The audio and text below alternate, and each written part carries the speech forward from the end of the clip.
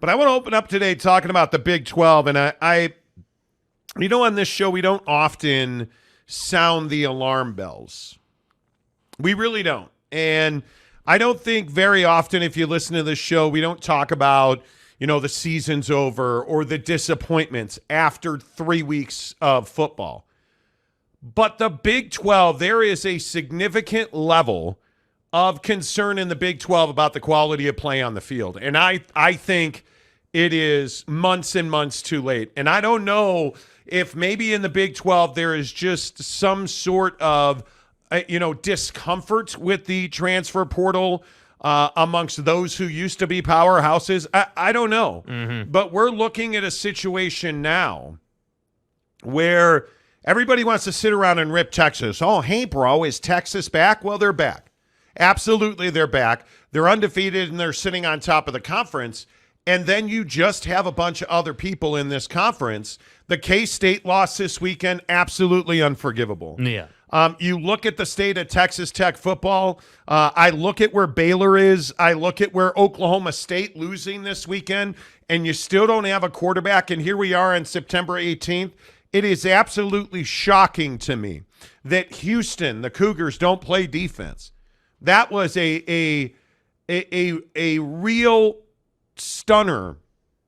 And the fact now that Houston has given up by far the most points in the league is stunning to me. So let's talk Big 12 football on the Monty Show, presented by The Advocates, theadvocates.com. The best injury attorneys in the business, bar none, theadvocates.com, where you never reach into your pocket to pay the advocates. See, because you don't pay the advocates unless and until they win your case. In fact, you can chat with an attorney right now online for free. No obligation, no strings attached. Theadvocates.com. Whether you've been in a car accident, a motorcycle accident, did you get hurt at work this weekend? Did you get hurt at work today? You, your friends, your family, they're all there waiting for you at theadvocates.com. Make sure you tell them you heard about it on the Monty Show. What is your level of concern about the Big 12? Mine's pretty high, I'll be honest with you. There were some moments over this weekend. Obviously, BYU, stunning Arkansas, was one of the best moments of the year in the Big 12. But for every BYU moment this past weekend, we had to watch a deflating, disappointing, and frankly embarrassing performance out of the mullet, Mike Gundy and his Oklahoma State Cowboys. And it's simply inexcusable that we are more than halfway through September without a quarterback of note at Oklahoma State. And the story is being repeated over and over and over again. And while Texas Tech, you feel a little better after this weekend, you still have massive instability at the quarterback with Tyler Shuck. It was great to see him back on the field. But is that a team you count on to win big games week in and week out in this league? And right now, Jake, I just don't think that you can. Yeah, and I think the thing with Texas Tech is like it's great that Tyler Shuck, had a nice week or whatever back on the field. It's nice that you won this game 41-3, but the reality of the situation is you should have beat up on Tarleton State. Right? You didn't do anything that was like, world beating. And the reality is, if you're a Texas Tech fan, you see a 41-3 result for Tarleton State and you're like, yeah, well, not that special, right? I mean, we did what we were supposed to do with that team. It doesn't really make me feel that much better about what's gone on. And I think quarterbacks seem to be the thing right now in the Big 12. Whether it's Texas with Quinn Ewers, whether you look at K-State and Will Howard, whether you look at Texas Tech, right? Like everyone's got a quarterback thing happening in a good way or a bad way. And I think, this K-State situation, yeah, I mean, you can't lose to Missouri like that. I mean, the box score tells the story. Again, it's just what I said about Texas Tech last week as well. You can't give up, more than 10 points in the fourth quarter and think you're going to win a ball game. And that's what's frustrating about the Big 12 right now. Like again, the mullet, Mike Gundy, Oklahoma State. How many quarterbacks are you going to run out there, man? When are we going to get somebody who is the guy? And yes, we're going to talk about Alabama here today. But the difference between a squad like Alabama and Oklahoma State, let's say, or Texas Tech, let's say, Alabama at least has a proven track record. You got to show me that, Texas Tech has something behind Tyler, right? We need to know that these different programs have backup And that's what I think we don't know. And I also think if you take Texas and Oklahoma out of this league right here, and you just look at the scores up and down, that's an ugly week. Outside of BYU and that play from Keaton into the end zone, like outside of that, like there's not a lot to feel great about right now. And that's why we're talking about the Big 12 being kind of a disaster right now. Because again, you look at Cincinnati. Not great out of Cincinnati either. Losing to Miami of Ohio. Right? Like a lot of these little teams. Yeah, that was surprising. And we had, the funny thing is, last week we had finally come around on Cincinnati, and then that happens. And it's wild to say it out loud, but now you feel a hell of a lot better about TCU. I think right now, one of the most pertinent questions in the Big 12 is, does BYU have a chance to play for a conference championship? Well, that's probably a bit of an overreaction in September. But is Baylor versus Texas a game that's going to determine Dave Aranda and Baylor's fate? No, I don't think that's an overreaction. I think that's absolutely the truth. And I think when we start looking forward a little bit, look at this game between BYU and Kansas now. This now becomes a really important football game, especially after Tyler Shuck it's a shocking turnaround in Provo, but especially after the performance that Tyler Batty, the defensive player of the week in the Big 12, put up for BYU with that BYU defense. I mean, Max Tooley making huge plays as usual. Ben Bywater is all over the field. Like, I look at this BYU defense and I see all the changes that they made. And now Keaton Slovis steps into a position where he becomes really important for this team, and you get a performance on the road in an SEC building. And you beat Arkansas. And instantly it's Arkansas. I don't care. It's on the road in the SEC, and you won the game. Yeah. BYU, I think at most times in this game, was the better team, especially in the second half. That's the bright spot in the Big 12. Well, yeah, and I think a lot of the complaints last week were, hey, can BYU run the football? I think that's largely been answered. No, that's over with now. Right? Like, I mean, LJ Martin is the number one back, and I think every week that goes by that LJ puts up a performance like he did against Arkansas, that kid is dynamic. Yeah, and I think that, the 23 carries number is what I look at. I mean, at BYU, even last year with BYU, I mean, there was a lot of questions about, like, hey, who's the guy? Who's the one that's going to get most of the reps? Like, and I think that when you have that situation where you've got like three running backs that you're trying to balance reps between, you never really get into the flow with your offensive line and with the play calling. And so to see LJ Martin do what he did, to then see, Keaton obviously throw that touchdown and have a nice week, like 2 touchdowns, no interceptions. And I know it's only 167 yards through the air, but you won the game. He did what he needed to do. 13 to 25. Yeah, and I to all the BYU fans who want to say, well, it wasn't like 250 and like a big game, and all I'm saying is, like, it doesn't need to be 250 if you get a W, right? And it doesn't need to be some massive performance when Isaac Rex is making the plays that he's making. And you have LJ Martin running the football the way that he's running the football, and you have the defense playing the way that they're playing. And I frankly don't care what anybody wants to say. KJ Jefferson is a really talented quarterback. And while I would guess that he'd like to have the interception back, and I would guess he'd like to have some of those decisions back, BYU made his life very difficult. They were in the backfield at his feet, and I don't even think it's spin in any way, shape, or form. I think BYU is one of the best stories in this conference. And I think it is pretty remarkable that all of a sudden, all anybody wanted to talk about was how bad Sonny Dykes and TCU were and losing to Colorado. Well, Colorado's 3-0. And obviously we're going to talk about Coach Prime coming up. All of a sudden, TCU looks like, that's not so bad out of TCU now that they're sitting 1-0. I totally understand it. But now TCU's sitting on top of the Big 12 again. And K-State losing the way that they lost. Now tell me that BYU and Kansas in Lawrence isn't a massive football game. That's a big football game in this league, and I am here for it. But having said that, is Oklahoma State going to play a big football game this year? West Virginia, did you not just win your Super Bowl? Yeah, you did. Right? You did. You probably 100%. did. West Virginia probably goes back to irrelevance now.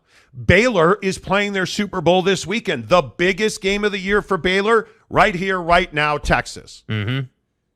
That's probably not good for the Big 12 going forward because Baylor, I just don't know that Baylor's capable of winning games. Yeah, and I don't know that Texas is going to lose a game this year. I mean, I in the Big 12, that is. I mean, I don't think that, so. You know, Baylor, so when you play Texas, if you're Baylor, Dave, if you lose to Texas, Dave's not getting fired on the Texas loss. He's getting fired on the Utah loss and the Texas State loss. And I think that, you look at this Big 12 schedule, and whether it's BYU or Baylor, like I look at Baylor's schedule, and once you're past Texas, you're in a pretty winnable place. I mean, you have JRP UCF, out at UCF, like no quarterback at UCF. Let's be nice and say a really inconsistent quarterback at Texas Tech. Cincinnati's a joke right now. I mean, I don't know what that was. Iowa State, not going to talk about that. Houston is just not at the level they need to be at. I think we can easily say that Dana's not playing as well as Dana would like his guys to be playing. And then obviously K-State, TCU, and West Virginia. So and what is this league coming down to? The Red River rivalry shootout. What is it? October 7th at the Cotton Bowl. Yeah, that becomes a very, very big game between two currently 3-0 teams. And look, I understand that Oklahoma has played nobody. I look at Oklahoma's schedule and. What is it? Arkansas State 73-0, SMU 28-11, and Tulsa 66-17. Oh, SMU's an ACC team now, man. Oh, we raised $100 million. Big flipping deal. Win a game. But you look at Oklahoma's schedule. Cincinnati this week on the road. Mm-hmm. Did anybody notice? Anybody? Happen to see Iowa State that they were off this week, right? Iowa State that was Iowa State they were all just hanging out, not gambling on anything, right? Because they lost 10-7. I mean, that must have been the Texas, right? I mean, what a defense. I don't think it was Texas. They beat Georgia. Nope, that was a loss. 10-7. Go Tide! They lost to the Bobcats of Ohio. Oh. So, gonna go ahead and say that Oklahoma probably ought to be favored in that game. They don't have a care in the world until the Cotton Bowl on October 7th. Mm-hmm. And sure, after that, they probably don't have a care in the world either until BYU and TCU. But my guess is if Oklahoma is who we think they are with all this transfer portal talent, maybe they go into a conference championship game as a 2-loss team. Yeah, potentially. I mean, maybe. Because I don't think they're as good as Texas is. Yeah, and I think both of these schools, Texas and Oklahoma, obviously have a huge point to prove going to the SEC. You obviously want to leave the Big 12 on a really high note. If you're Texas, you obviously have national championship implications or aspirations, I should say, at this point. And I think that, again, I just think the Big 12 needs somebody other than Texas and Oklahoma to step up. And unfortunately, my opinion is BYU can't be that guy right now because they're new in the conference. You're not like this established, 20-year Big 12 team. You're not that guy right now. You're the new guy in the classroom, just trying to forge their way. So I don't think here, in Salt Lake, obviously BYU is, all the rage right now. Obviously, Utah, had Weber State this week. Nice scrimmage, boys, great. But BYU getting a win down there in SEC territory is a big deal. BYU is a legitimate contender in this league. That's all you need to say. There doesn't need to be but or unless or BYU is a Big 12 conference contender. Is it September 18th? Well, yeah, it is. Does that change the fact that BYU is a conference contender? Not one bit. Not one single bit.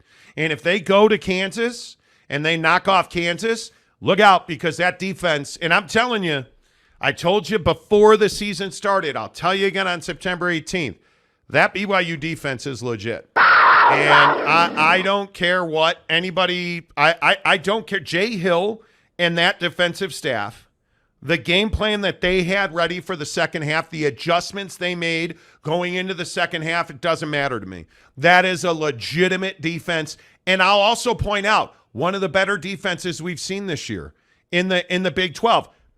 And you can sit here and you could say, oh, well, that's a problem. Hey, maybe. Doesn't fucking matter. BYU still is one of the best defenses in the Big 12. I'm for real. It doesn't matter. It doesn't change the fact that BYU is still one of the best defenses in the conference. Yeah, I think, I think that's really interesting because I think that your OG Big 12 fan has a lot of trouble with that. I think a lot of people have trouble saying things like, hey, BYU's a contender. The reality is they are a contender, and that may be uncomfortable for, Baylor fan or Oklahoma fan or, hell, Oklahoma State fan. Geez, you think Oklahoma State fan wants to be hearing about BYU right now? Probably not. Probably not, right? They're probably tired of hearing about, hey, you guys have 3 quarterbacks, which means you don't have any quarterbacks. Your defense is pretty questionable. That offensive line had its moment. Like, Oklahoma State fan is going through it right now. So I think with BYU, I totally agree. Yeah, you're 3-0. You are a contender. There's no doubt about it. Now, I think, when you play a team like Texas, that's a great measuring stick for where BYU is truly at right now. Does anyone expect them to win that game? Absolutely not, right? Absolutely not. But if you were to have, hold Texas somehow under 35 points and you made it a game, I think people would respect the hell out of that. I think Texas is a team that will do damage to you if you do not have a defense that's ready. I was a little, disappointed probably is a strong word, but I was a little disappointed in Kansas and Nevada. Kansas is I don't know how you explain that. Mm-hmm. Because against Nevada, Jalen Daniels on his own should win that game by 2 touchdowns. And to give up 24 and only drop 31 on Nevada was a little surprising. So I would tell you I'd be a little weary of BYU.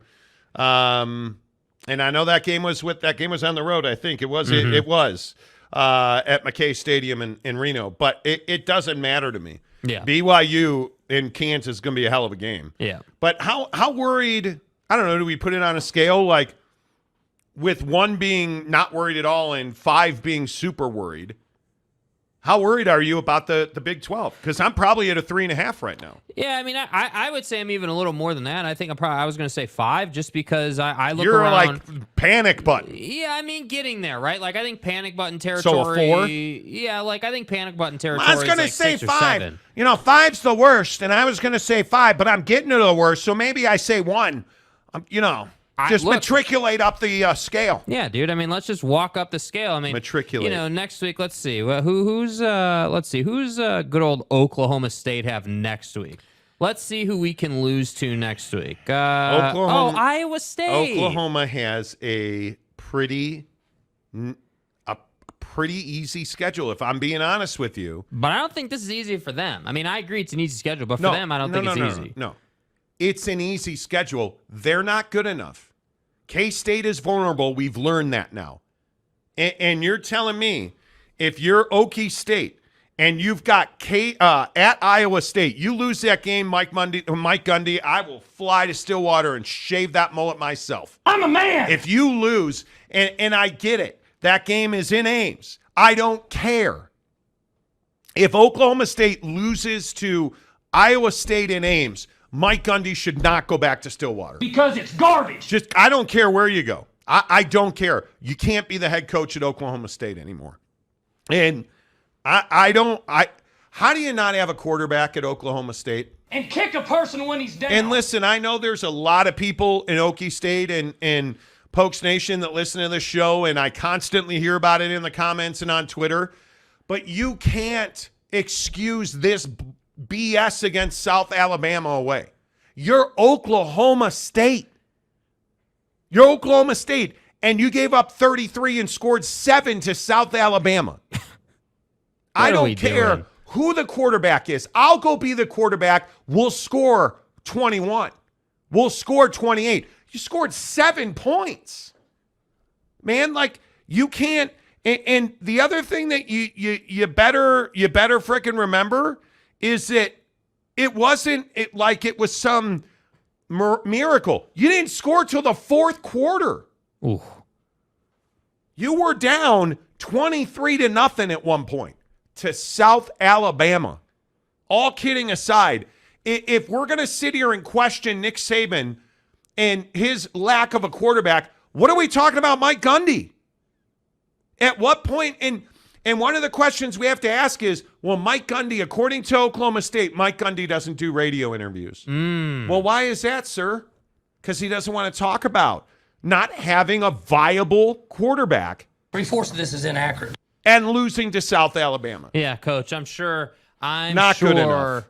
it is. I'm sure that, you're going to keep running this strategy out here of not talking to anybody but your local radio station that, it gives you the softball treatment. I get it.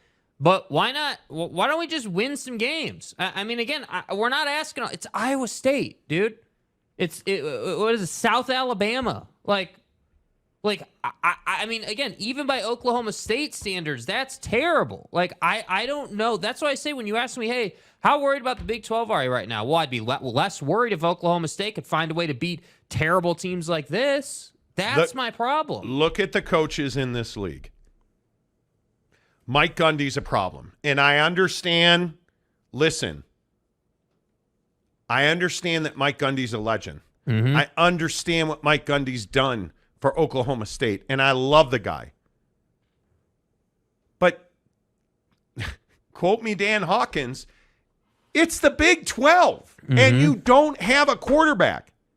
How, my guy? It's the Big 12! How do you not have a quarterback? Your kid is the quarterback, and he's not good enough? Can you imagine the torch and the flamethrower that would be pointed at Deion Sanders if Shedeur Sanders wasn't good? Oh, no. But nobody wants to talk about Mike Gundy?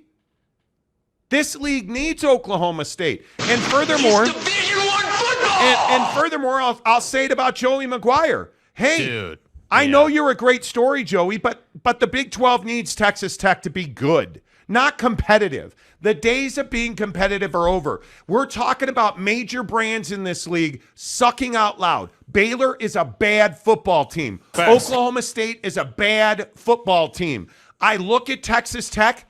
Maybe they wake up. Right now, they're a bad football team. Facts. And in the list, Kansas State right now is just not who we thought they were. You can't lose that game and then say, hey, we're just, it happens. No, it doesn't.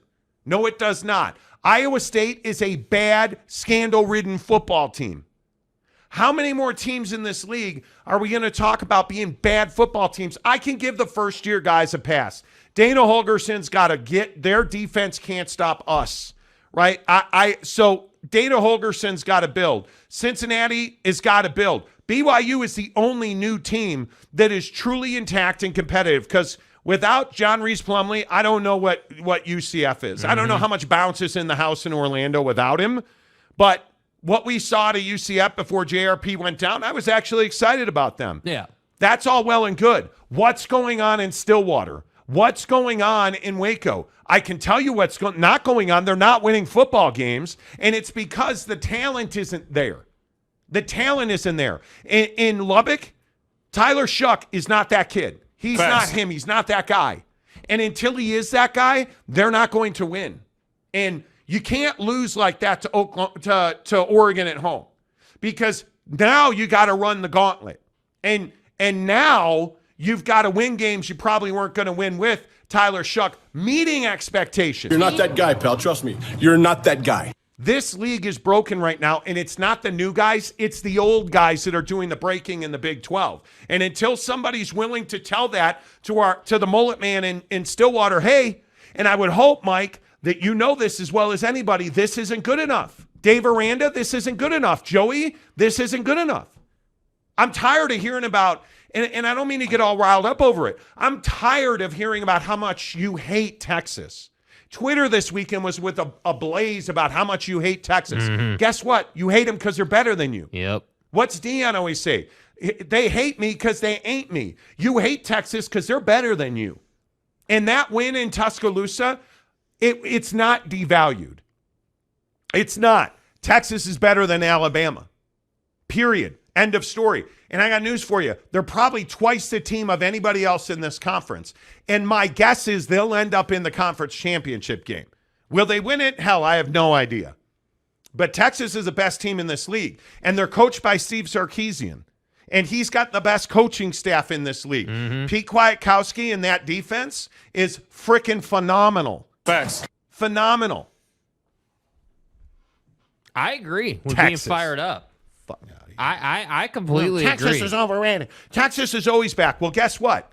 When's Oklahoma State coming back? When's Baylor coming back? If Texas is always back, we're back. Okay, well, when can we say that about Oklahoma State and Baylor?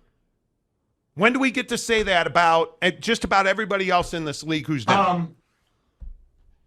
Apparently not now. If you ain't first, you're last. Anyway. Might want to get better. And here's the thing that nobody else, especially the Blue Bloods in this league, in the Big 12. Here's the thing that the Blue Bloods don't want to talk about. What happens when Utah's in here next year? Yeah, you're going to get your ass beat. What happens when Coach Prime has more talent on defense next year and he's in the conference? What happens when Arizona, because again, I know that nobody wants to talk about Jed Fish. Pack 10. Arizona's moving in the right direction. What happens when Kenny Dillingham, because while they're not winning as much as anybody would like, what happens when Kenny Dillingham turns that program around? Because one thing you can say about Arizona State, those kids have zero quit in them. They might not win the game, but they're never giving up. Program. And all he has to do is get through this little tumult of Bulls BS, and hopefully Ray Anderson gets hit by lightning and You're filling in for somebody. get a new athletic director in there. This is not going to get easier. It's going to get harder. Yeah. And if your idea is that, you know, hey, Texas and Oklahoma are leaving, we're going to rise. You're not. You're not, because the pool, the water is filling up with Texas and Oklahoma leaving. It's a better league next year than it is this year, even without Texas Yes, it and is. Oklahoma. Yes. Yes, it is. Yes, it is.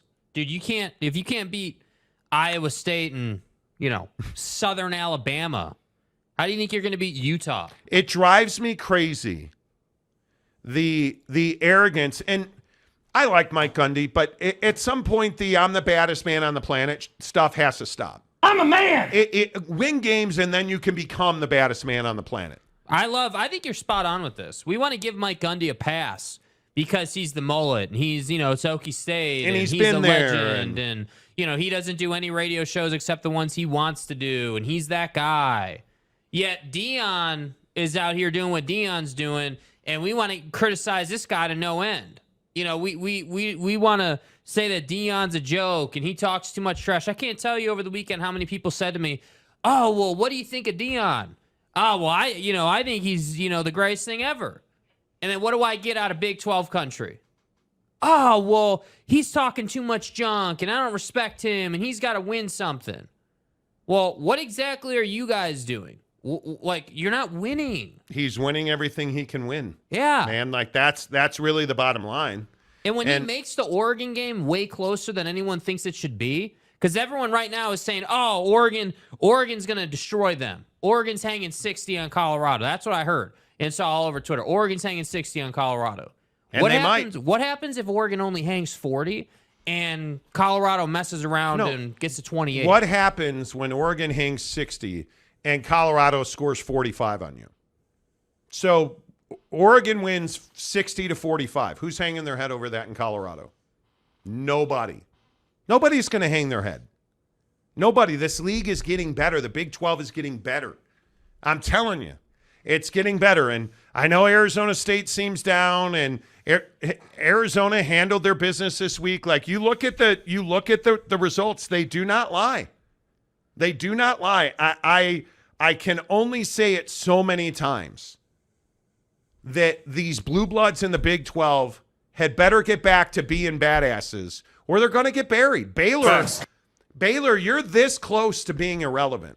Mm-hmm. Depending on your opponent, and we can go back. I'm happy to go down their schedule. Depending on their opponent, how many folks are like, "Damn, got to turn on that Baylor game"? Not many until you play Texas.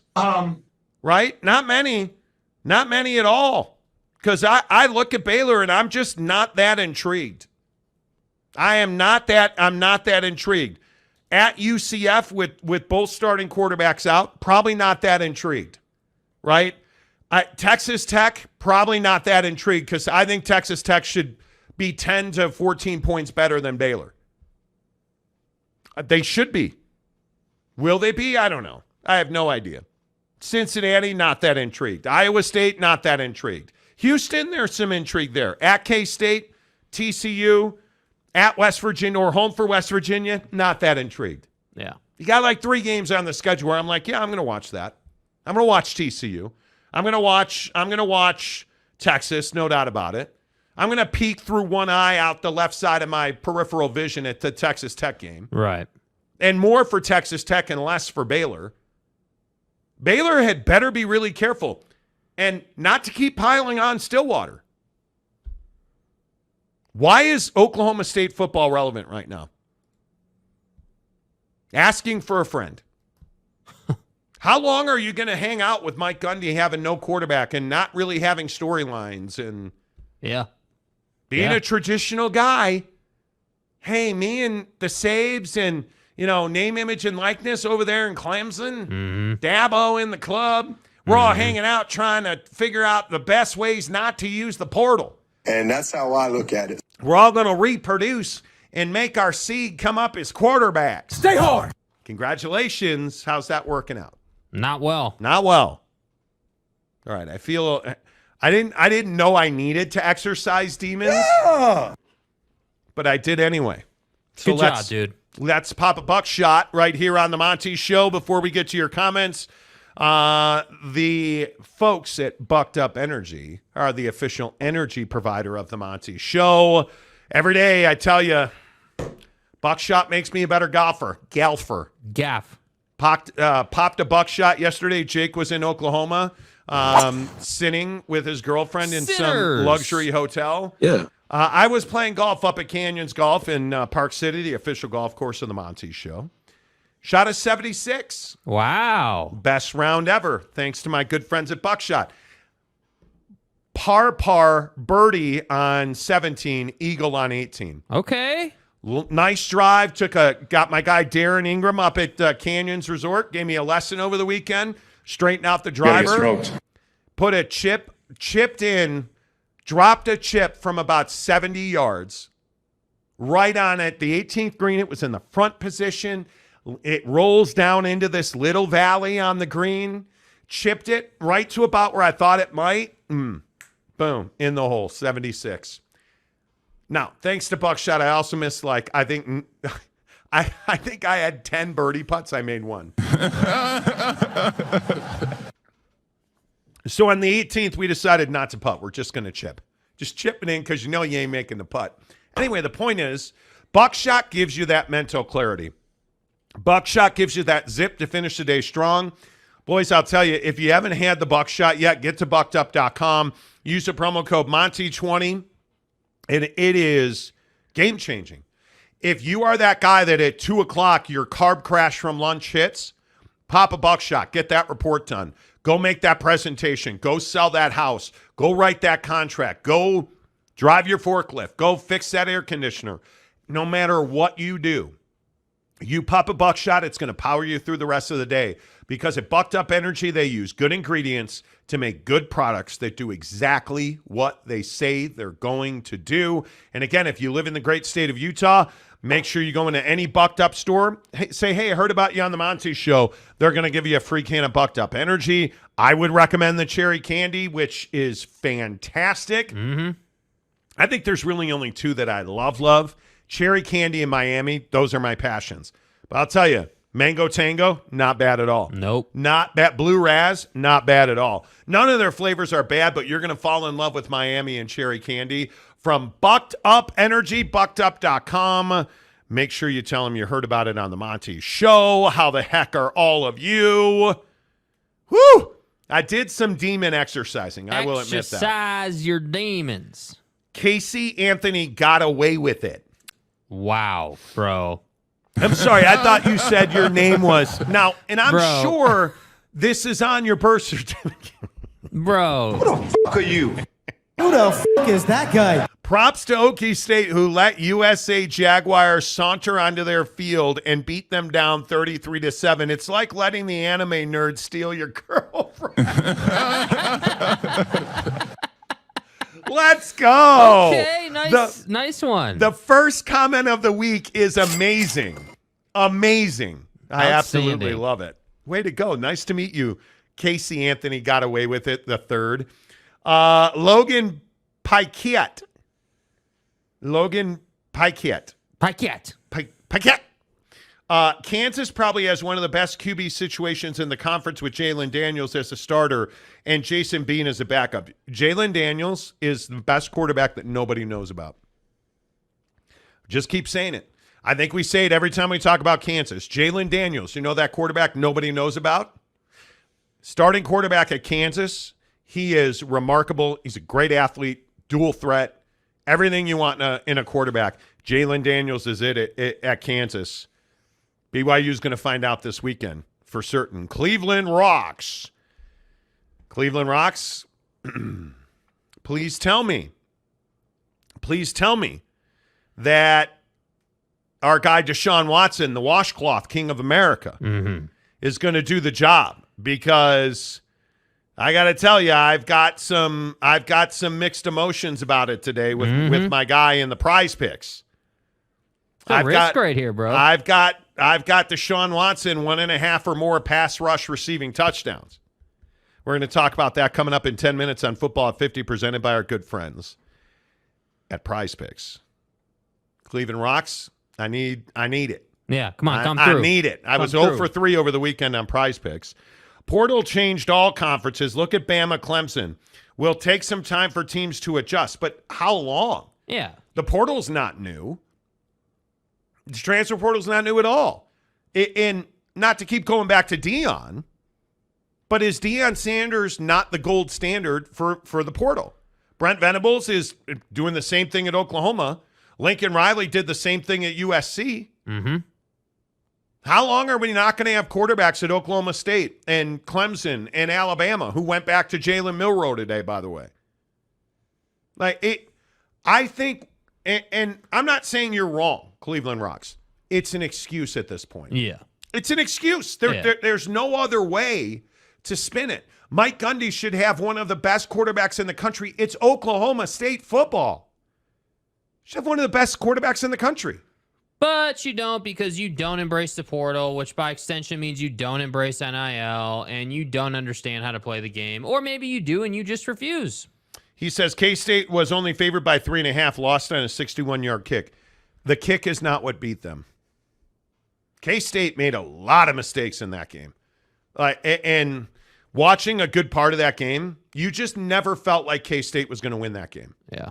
It was just, they had opportunities, which is different than they're not going to win the game. K-State let that game go, in my opinion, Cleveland. I again, I don't think you're wrong. I saw it differently. And I think when you see, I tend to get on these rants. Right. When you look at the numbers in this game, and specifically I look at Will Howard, 25 of 39, 3 touchdowns and an interception, 25 of 39, and you lost? Apparently. And you lost. And you ran for 138 yards, and you lost. That's the well, and your defense wasn't. Brady Cook, I mean, give it to him. But I just look at the way that this game played out, and I say to myself, I am not at all surprised that you got dominated in the fourth quarter. It just looked like, and again, I try not to be too harsh. It just looked like Missouri wanted it more. Yeah. Well, again, they wanted it more. They're the team that doesn't have anything to lose, really. I mean, they're the team going into that matchup that's like, yeah, hey, if we lose, we're supposed to lose. If we win, hey, shocking the world. So that's why I think that happens sometimes. And the problem is that on paper, Missouri's a big enough program where it's not like an ultimate trap game. But for K-State, I think that was, that's obviously what was at play. And no, Like, you didn't lose on the field goal. I totally agree. It's never the field goal. It's never the last play. If you win a ball game on a field goal, you had other opportunities to put that thing away. At the buzzer. Yeah. And I'll remind you, Missouri had to dominate the fourth quarter to get there. Yeah. John Teal for $2. It wasn't that bad, Okie State. Signed Stanford. Exactly right. You know. Exactly right. Matador Mike for $10. What's up, Matador Mike? I pray Texas Tech can see what I see. The offensive line gets really good push on the run. Taj Brooks is running like a madman. The offensive line sucks at pass pro. Too many 3-and-outs, only passing. And the issue is you don't have a guy who will just step and throw the football, right? The biggest thing that Tyler Shuck lacks is the ability to let his mechanics develop when the route is being run. What does that mean? Well, he's got to learn to slide up. If you're throwing he tends to be a home run hitter, which I think Texas Tech relies on the big play far too much. But if you're going to run a 7-yard or deeper route, you have to have the footwork to allow that route to develop. And then as soon as the ball needs to go, you need to be on your front foot and throw the football. Facts. But what he tends to do is move too much. And I think part of that, Matador, is that he doesn't trust his offensive line and pass pro. And I agree with you, because when you're an offensive lineman and you're just a fat-ass right guard, you just want to lean on, you want to sweat and breathe all over that defensive tackle in front of you. That's all you want to do. You want him to understand that you took a dump in your pants in the first quarter and he's going to smell it, right? Like, you want to lean on, that was probably too much. But my point is, you want him to feel you. You want him to feel your weight and lean on him and drive him forward like he's a tackling sled. Do you know how much different and how more difficult it is to pass block for a guy like Tyler Shuck? You have no idea where he's going. You have no idea if he's going to stand in the pocket and deliver, right? He's not a guy that's like 1-2 gone. He's not a guy who's like, okay, longer route, 1, 2, 3, ball gone. Like, offensive linemen very much are in their head of, they have timers, especially your tackles. Your tackles know that there is a timer in their head where they're like, all right, he's going right. 2 1,000, 3 1,000, and they're just leaning on that defensive end, or they're trying to combo block, and they're like, hey, that's 4 seconds, or that's too long. Why is the ball not gone? That's how offensive linemen work in pass pro. Yeah. In run block, they don't care about time because they have one job to do. Hey, I got to turn this guy. Okay, we're running through the B gap here. I gotta pancake this guy, or I'm pulling, or we're whatever that job might be. We're gonna run a counter here. We're gonna zone block. Like, they have a job to do in the run. That's it. That's all they have to worry about. Pass pro, they got to worry about not being downfield. They got to worry about not holding. They got to worry about not giving up a sack. And Tyler Shuck and quarterbacks like him don't make that job easier. Yeah. They don't. And all you're asked to do as a quarterback is not make the job of your offensive lineman that much more difficult. And when you look in the NFL, look at the crappy quarterbacks in the NFL. And a guy we're going to talk a lot about today, Justin Fields. Because it's garbage. The guy threw an interception on a screenplay at the goal line, and I don't care if it was a terrible call. What did he do in that play? He exposed his offensive line. Now, they're terrible. As a Bears fan, please, trust me, take my word, the offensive line's not great. But you can't make that mistake. Yeah. And you look at the bad teams in this league, the NFL, or in your favorite Pac-12, Big 12, SEC teams. Why did Alabama lose to Texas? Was Quinn Ewers phenomenal that game? No, he wasn't. He was way better than Jalen Milroe. Alabama doesn't have a quarterback. Oklahoma State doesn't have a quarterback. I don't believe Texas Tech has a quarterback. Baylor doesn't have a quarterback. Right? Look at the teams that do. This is why it's so shocking K-State lost at Missouri. It's why it's so shocking that nobody knows who Jalen Daniels is. It's why, with all due respect, Keaton Slovis, it's why it's so stunning that BYU handled Arkansas, who's got a great quarterback in KJ Jefferson. Yeah. Right? That's That's how the game of football is played. Quarterbacks generally are going to win you the game. But when your quarterback makes the offensive lineman's job harder, generally those teams don't win. 100%. They don't win. Yep. Just my opinion. Sean Jenkins, yes, Iowa State is struggling, but they will improve. Maybe. Yeah, next question. Let's just move on. I don't hate the Cyclones. I have a lot of respect for what Iowa State fans are going through. That team will not improve. Yeah. That team will not get better. Not right now. Days need to fall off the calendar. Days need to fall off the calendar. And I'll say that about Baylor, Oklahoma State, Alabama's quarterback situation. There's no fixing that. You just need time to click off the calendar. Yep. Because we got to get to the transfer portal. We got to bring Colorado's defense is not getting better this year. It's not getting better this year. And they're going to get their ass beat this week. It's not getting better this year because you don't have that guy there. You don't have that guy. And if you don't have the guy at quarterback, or if you don't have the guy, when you don't have linebackers who are two-way players, run defense and pass defense in college football, your defense is going to struggle. See Colorado. Yeah. Because they don't have linebackers that can do that. Go Black, go Tigers. Didn't Yormark say that this is a basketball league? So what is the little big 12 complaining about? What is the little 12 complaining about? The round ball season starts soon. Just relax. It's not a basketball league. No. And Brett Yormark never said that. Never said that.